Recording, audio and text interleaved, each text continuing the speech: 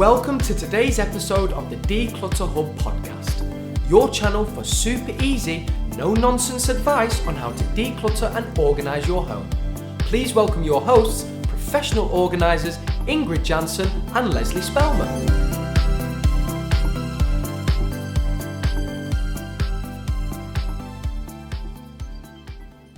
Hello and welcome listeners to episode 73 of the Declutter Hub podcast. I'm Ingrid. And I'm Leslie.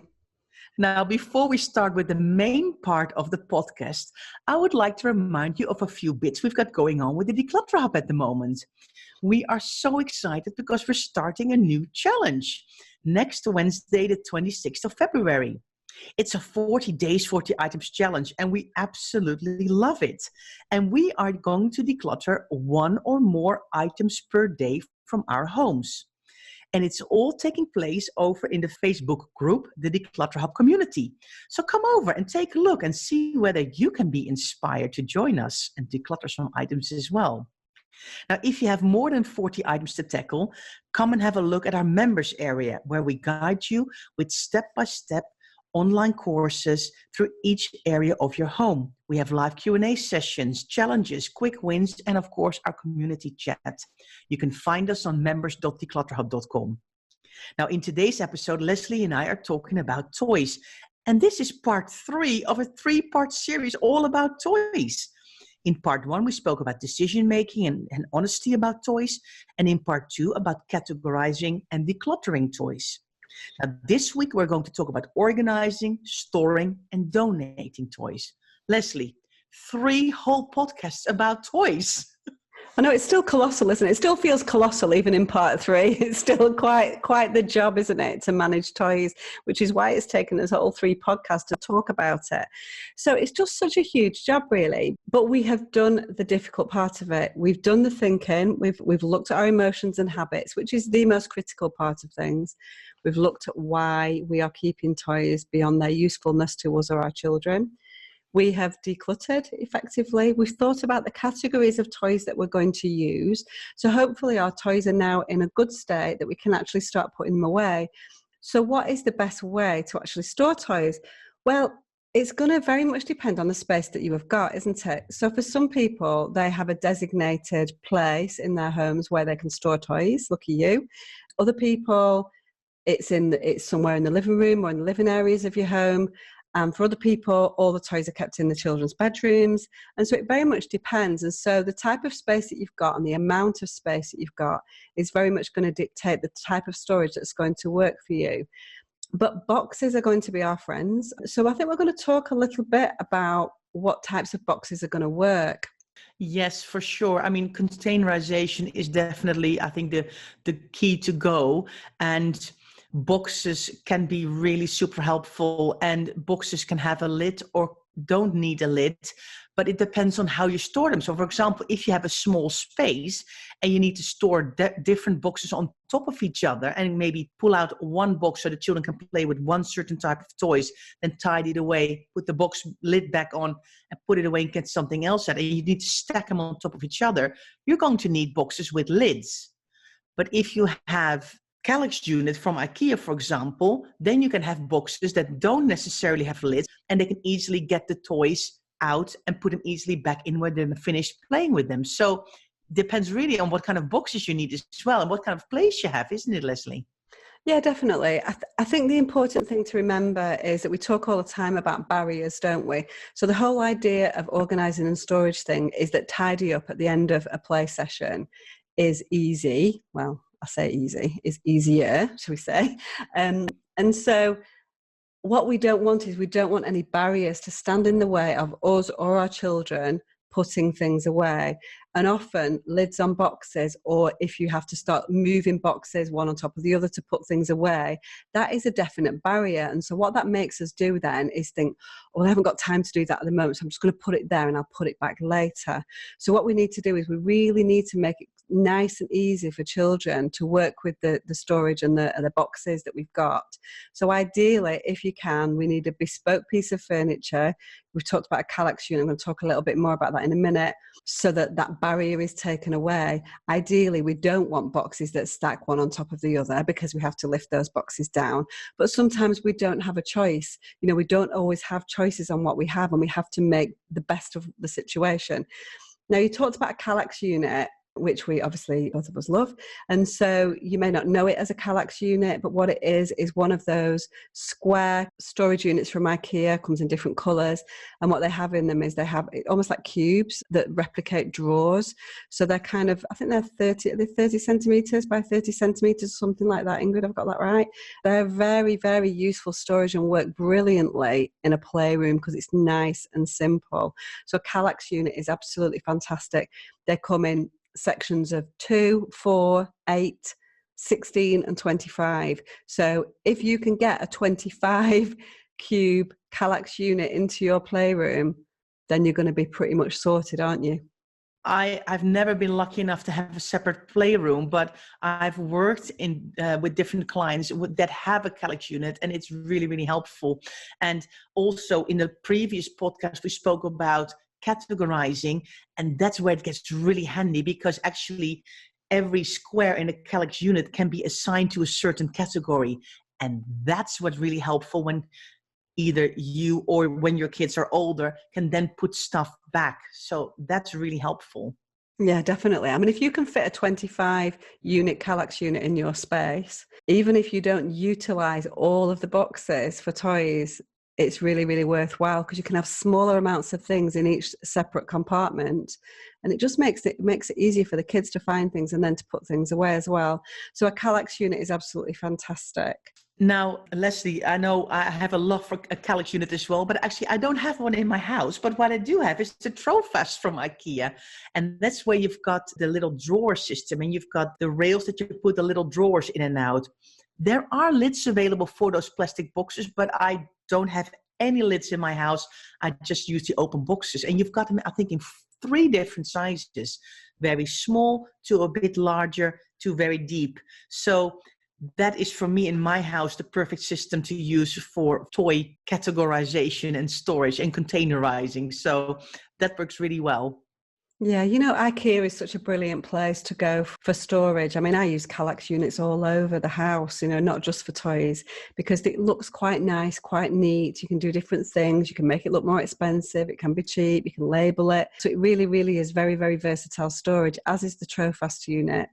But really, the key is to try and maximize on the space that you've got. So if you can go vertical on your toy space, go vertical. If you can go higher up the wall, don't leave any space unused, because you need as much as you can possibly get, particularly if you've got more than one child. So boxes, ideally without lids if possible, to aid tidy up, but that's not always possible, and so sometimes you need to stack one box on top of the others, and that's going to probably mean that you need to intervene more as a parent in terms of organizing their play. And I think one other thing that I wanted to say about the Calyx, you can also use them without storage boxes. So they're also really nice if you need to put away board games or puzzles or books, and you don't need to have specifically a box when it's more like Lego or Duplo or Barbies that are really helpful to have in a box together. I mean, for my daughter's Barbie stuff, I had a 3-drawer plastic shelving unit. And one of them had all the clothes, and the other one had all the extra bits and bobs for the Barbie house, and the other one had some other bits. So that way we categorized, because I didn't have room for a Calyx, unfortunately. So that's why I tried to find a middle ground for the space that I could use. Oh, I think I could fit a Calyx in somewhere in your house, Ingrid. I would find a spot for it. I'm sure that you've got some space in there that you could sneak one in. But anyway, so yeah, the other thing I wanted to say about a Calyx, I mean, this is, you know, my love of a Calyx unit is the same as Ingrid's love for paperwork, I think. I love my Calyx. Anybody who's worked with me is like, oh, she's going on about her Calyx units again. But it's because it's just so versatile, and actually it's quite cost effective. You can get them everywhere. Most houses have got a Calyx in there somewhere. So you can get them secondhand as well if you're tight on budget. The other thing that I wanted to mention is that the top of a Calyx unit is also really useful for putting bigger items on. So a Calyx is going to restrict the bigger toys that you've got in your house. It's, it's really more for rummaging through smaller items. But you can put bigger things like medium-sized garages and smaller dolls' houses and things like that. You can put those on top of a Calyx unit as well. So that gives you a little bit of extra space. Then what I also wanted to talk about is that sometimes we can think, let's just get the largest box possible. But sometimes having a massive box isn't always the right way to go. I think a large box works well for large items, but not if you've got a lot of small items. So are you the same way about that, Leslie? Yeah, definitely. Because if you've got a large box and smaller items, they get lost and it's very hard to find. You don't have a line of sight on them. You don't have that visibility, and then that impedes on your accessibility in that box. So I would rather have 2 boxes that stack and are labeled effectively than 1 large box, because it's going to be better for the child and it's going to be better for the tidy up and so on. So that's where you have to sort of think about what's going to work well for you. And sometimes you do have to go for bespoke storage that's going to work effectively for you. Sometimes the boxes, if we do have lids, there are lids that just almost like rest on the box and don't clip, so they can be good as well because you can get them off much more easily. The other option is that you can get stackable boxes that stack nicely without lids as well. We take away the fact that we've got to take the lid off. We don't take away the fact that we've got to lift the box down, but we do take the lid away. So the important message here is think about your own behaviours, think about the way that a lid is a mental barrier for you to putting something away. That's what we're trying to get across, really, isn't it, Ingrid? Yeah, for sure. And I think as well, connected to that is if you're categorizing, don't overdo it. So you don't want to make it so small that you then have to rummage to 4 different small boxes to find what you're looking for. So if you have got some Lego or you've got some Duplo, you probably don't want to categorize it by color if you've only got 1 or 2 sets. But here in this house, I've got a child who's absolutely Lego mad. He absolutely loves the stuff. So we actually bought, in the end, it's kind of like a plastic shelving unit on wheels with different colored trays in there or different colored drawers. And we actually ended up categorizing the Lego in different colors, because we didn't want to put it set by set, because some sets are much larger than others and it didn't work. So we decided, because we've got so much Lego, we had to subcategorize the Lego in color. But if you've only got 1 Playmobil set or 1 or 2 Lego sets, just get 1 box and put it all in. I think the important message there really is that subcategorization is good in some instances where it's needed, but it also creates a system that you then need to maintain. So the important thing here, Ingrid, is that Max is older, so he's a little bit older, so he can put stuff away himself for sure. Yeah. You're also meticulous about organising, so you will do some tidying up as well, but don't create a system that's so complex that it's too difficult for you to manage, because you'll fail before you've started. So create a system where it's broadly categorized. Of course, toy rooms and playrooms get messy, and that categorization is not going to stay like that for very long. But as long as you've got things categorized together, mostly it's fine for it just to be good enough, isn't it? I hear you. I mean, of course, if kids start to play in toy rooms and then everything, and they like to create their own versions, they suddenly go, I'm not going to play with the Lego. I'm also get the dolls from the doll's house, because those are perfect people to live in my Lego city. And you're like, no, it was only categories, but they love their own imaginative play. And that's where it gets muddled. But I think that's part of playing and learning, especially when they're smaller. And I think you see when children are getting a bit older, they actually start to play more in one category. But when they're younger, they love pulling. They suddenly get the cars from the garage into the Lego city they're building. And then it all gets muddled. So that's when you need to stay on top of it a little bit. And I think for me, I'm quite relaxed about that, unless it's like a board game or a puzzle. I'm really like, right, you've done it. Let's put that away as a whole now. You've played the game. you might not even finished it. Okay, let's leave it out. But when you finish it tomorrow, it needs to be put away. Because if those kind of bits get muddled into kind of the norm, the day-to-day playing, then you have everything confused. Yeah, probably to be fair, craft stuff as well probably needs to go away at the end of play as well. But yeah, I'm with you. You know, you need to allow children space to breathe and play, but you can't let it get so muddled that it becomes completely chaotic again. So we've talked a little bit about boxes, and one of the things that we talked about, bigger boxes and smaller boxes, and the Trofast and the Calyx that we're talking about, and there are lots of other storage options out there as well. That's medium-sized storage. So are there any categories that we mentioned in the last podcast that will work well with much larger boxes, Ingrid? Yes, I think dressing up stuff works really well in a larger box, because they have different costumes. You don't want to put them all separately. They do combine a pirate eye with a princess outfit or a wand when they're firemen, you know, so it doesn't really matter as long as all the dressing up is together. I would say put that either if you've got a blanket box or a big tub or a large box with a lid, those kinds of things I think can live together really, really well. Definitely. I mean, you talk about tubs, and I mean, I call them trugs. I think that's the name. But you know, those big, round, open boxes that have got a bit of flexibility, you can pick them up. They often have handles. So I've always had, you know, I've had toys in cupboards for my children. So my children's toys were never in a playroom. They were always in their bedroom, but they did have a decent amount of space for them to be in there. But the trugs definitely worked really well for bigger items and things like that. And there's definitely having some flexibility in a box really works as well. That's why the Calyx unit with the, I see my love of Calyx coming out again, with the sort of flexible canvas, sort of like canvassy type drawers, aren't they? They're only about £3. They're not mega money either. That's the nice thing about the Calyx, is you can do it reasonably cost effectively.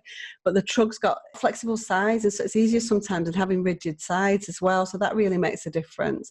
And then you can match those trugs to your decor as well. So you can buy pink ones, purple ones, bright colours, reds, greens, blacks, whatever you want. And so you can actually match it in with the decor of your child's room as well, which is great. I think you can get them personalised now as well. I mean, there's so many fantastic things. So we're not talking about a specific toy solution apart from the Calyx, obviously, and the Trofast.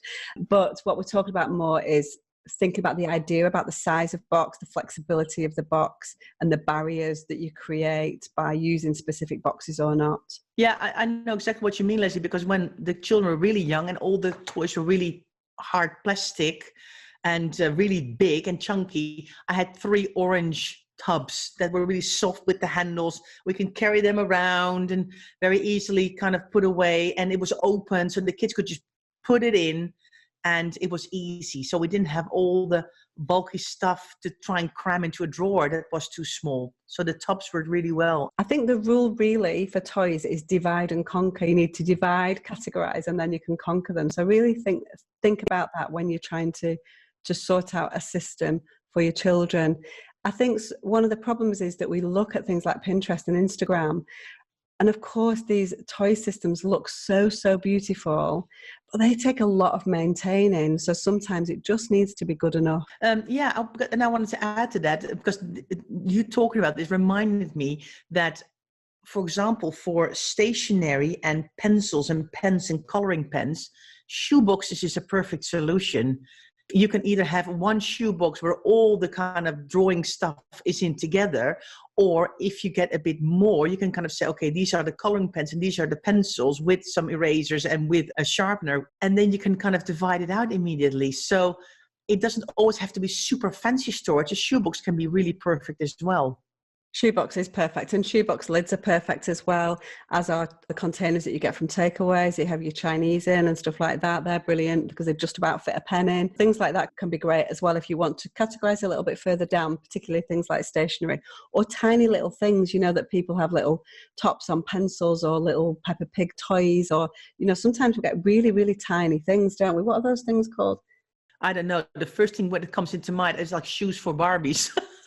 Yeah, shoes for Barbie. Like, all the little accessories and the brushes and the, I mean. And the problem is, if they're not in a box, they're just going to sit at the bottom of a larger box and get lost. And so sometimes you do need these little containers for accessories, then cards as well. You know, these, I know that you used to, I'm showing my age now, it's Pokemon cards. What are the current cards that kids are playing with at the moment? Yeah, there's loads now. I mean, we used to only have one kind of cards, but now they've got cards from Lego, they've got cards from football, they do whole teams. I had no idea there was so many different cards until I recently did a house where they got 2 boys and I saw them all. I know, exactly. So the question is then, Leslie, labeling. Let's talk about labeling then. It's critical. It is critical. It's absolutely critical. And it's really important to get your children into good habits right from the start. So people say, well, I've told my child to go up and tidy his room and he just never does it. And that's because he hasn't got a clue what he's doing. He's like, oh, like my room's a complete tip. How am I going to tidy that up? So we need to create some systems that they can work within. And labels is definitely going to work for a child. Depending on the age of the child is going to determine what kind of label you're going to use. Obviously, the younger the child, you might need to use bigger font if they can read, or you might need to use pictures. But it's really useful to show them, look, this is your domain, these toys, and this is where these things go so they can actually do them. And then, you know, because only then can you say, but you know where they go because there's a picture on there and it's really obvious. And, you know, you can get them involved in things like that. So labeling is absolutely critical. We love a label, don't we? Oh, yes. And I've actually worked with a daughter of a client of mine, and she actually got hold of my label maker and made, I mean, of course she could read and write, but she made the labels herself. And that was to get her motivated into decluttering and organizing was to say, here's my label maker, you go for it. And she made all the labels herself. And that really helped in keeping her organized because she thought about the system. So that was really, really nice. But yeah, we love a label. And it doesn't have to be like a beautiful label from a label maker. It can be a white sticker with a Sharpie. Or you can go, I'm going to print it off the computer, I'm going to laminate it, and I'm going to stick it on. You can make it as easy or as difficult for yourself as you want. But whatever you do, stick a label on, because it will definitely help you with the returning of items, and not only in the playroom, all over your house. And if you've got something that's not rigid and that you want to put a label on, you can use parcel labels that you can tie on as well. So often if you use wicker baskets and things, use those. And you can buy really beautiful labels as well, which always look great as well. There's a lot of decal type stickers as well on the internet. You know, I think Mrs. Hinch and things like that, you can see that standard font decal that people use a lot at the moment. So they're very popular. It makes you feel good, doesn't it? Because it feels organized. So it's important aesthetically. It's important for the psychology in your own mind of feeling organized, and it's important to demonstrate a system to other people. You know, we create the system. You know, you're listening to this podcast, so presumably you're going to be the one that creates this system. But certainly in a toy room and other areas of your home, there are going to be lots of other people that are involved in the tidy up, whether that be your partner, whether it be other children, if you're lucky enough to have someone helping at home, a cleaner, other people that are potentially going to be involved in the tidy up. And so really think about making it clear where things go. Yeah, it can be a nanny, it can be a grandparent, it can be a babysitter. If everybody knows, and a label almost forces people then to go, oh, and you can also say to them, listen, I've labeled my house, so it makes sense where everything goes. If you're unsure, I'd rather that you leave it to the side, so I can either put it away or show you next time where it goes, then just randomly put it somewhere and go back to a cluttered state again. So that's why it's so important. That's exactly what we do with our clients when we help them declutter and organize their homes. At the end of the session, we walk through and go, right, this is where we put this here, this here, this here. And we put labels so people then think, oh yeah, that's true. And we can find it back. Yeah, you only have to look at what happens at playgroups. You know, kids are going to playgroups at 2 years old and they are putting things away themselves at the end of sessions because it's very clearly defined where things live. And it's also very clearly defined that tidy up needs to happen. And so we need to try and emulate that at home. Particularly if it's in a living room, you might not want a label on there because it doesn't look as aesthetically nice. But you can hide labels, you can put labels on the inside of things, you can put things slightly underneath. So they don't always need to be completely visible. Obviously, if you want your children to use the system, perhaps they do. But, even in kitchen cupboards and things, people that struggle, we can label on the insides of cupboards and things like that. So don't think that these labels always need to be completely visible from the outside. But labeling is really critical. And if there's one thing that my clients love, it's when the label maker comes out.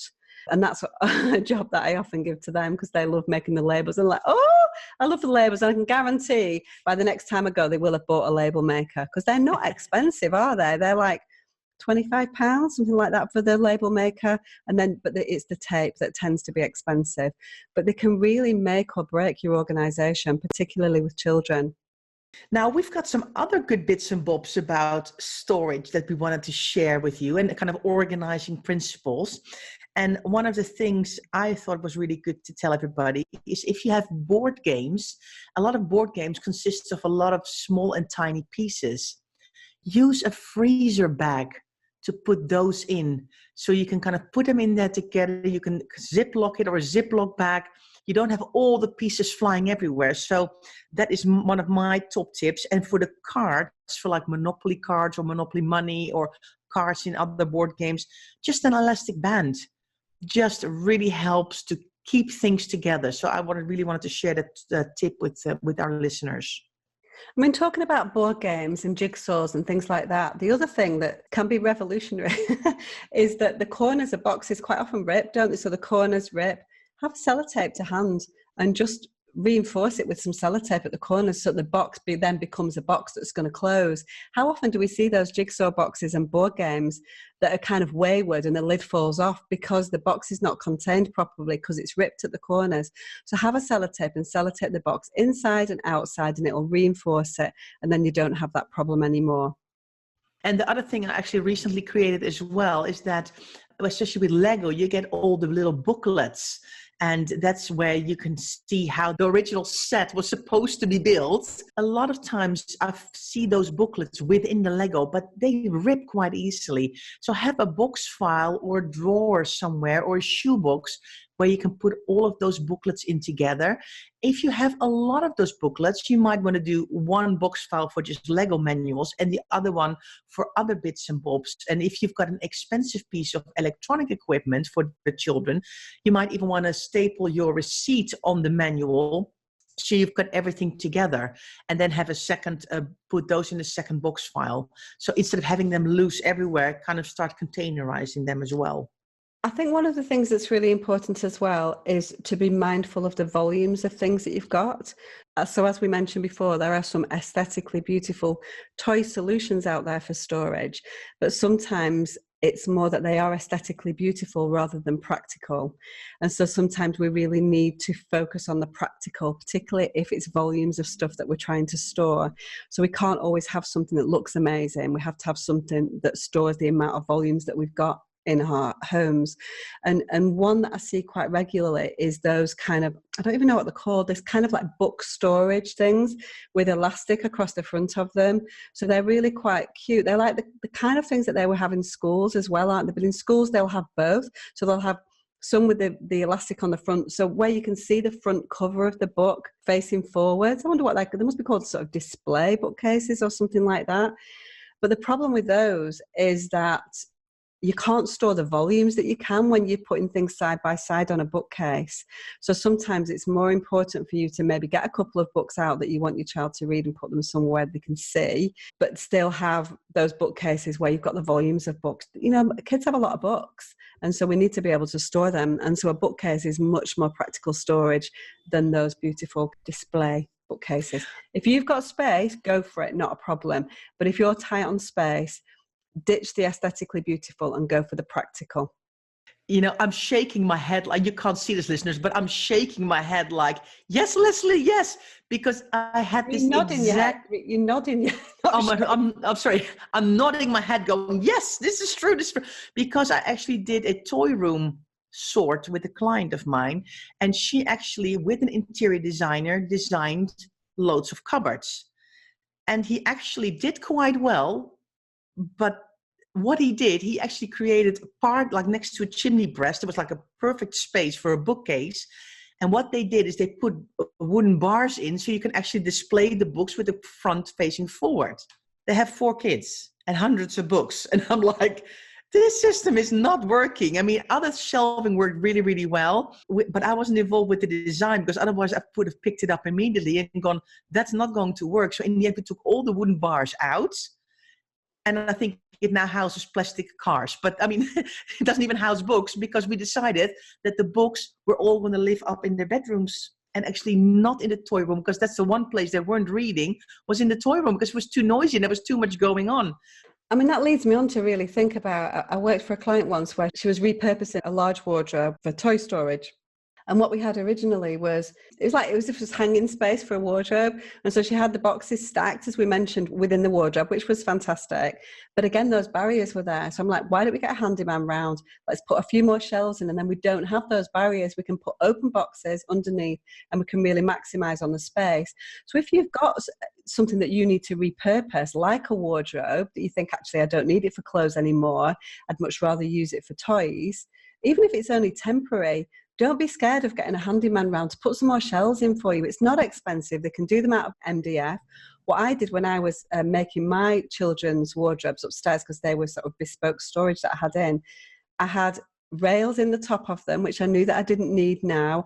And I had removable shelves that would move with them as they grew, and that I could use for toys sometimes. And then I could change it up and I could use it for clothes when the clothes start to become more than the toys. And you know when that is, when they become teenagers, the clothes start to be there in bigger volumes than the toys are. And so, look at the space that you've got and repurpose that space, put some shelves in. If it's not working, why is it not working? What can we do differently? You can spend sort of £50 to £100 on a handyman and solve all your problems. Yeah, that's definitely true. And I was also thinking, if you're thinking about storage of your toys, think about where the children are going to play with it. So I would always have puzzles next to a table or close to a table. So if you have a cupboard next to your dining room table that's now being used for stuff you use once a year, but the kids love putting out a puzzle or playing a board game as a family, get those things that you only use once a year out and put the board games and the puzzles in that cupboard, because then it makes it much easier for them to pull it out and actually play with it. The other thing that's really important is the same principle, Ingrid. Where are people going to use things? Things like electronics, iPads, tablets, phones, little Game Boy type things. That's probably not what they're called now, but you know what I mean, those little portable game things. What are they called? Game consoles, gaming devices. Yeah, game consoles. Some of those, we need to keep those. We need to definitely keep those safe and more secure, perhaps, than other things. So quite often it's good to have a drawer maybe next to their bed or something where you keep all those electronics together, and also the wires and the charging cables that go along with them. Another thing I would say, if you have a toy room, keep some wall space empty. So if you do get a doll's house or a garage or a pram, they need to be on the wall somewhere. You can't have them in the middle of the room. They probably want to pull them out to the middle to play, but then they have to go back to the side walls. So don't cram so much storage in that you can't house any of that kind of stuff either.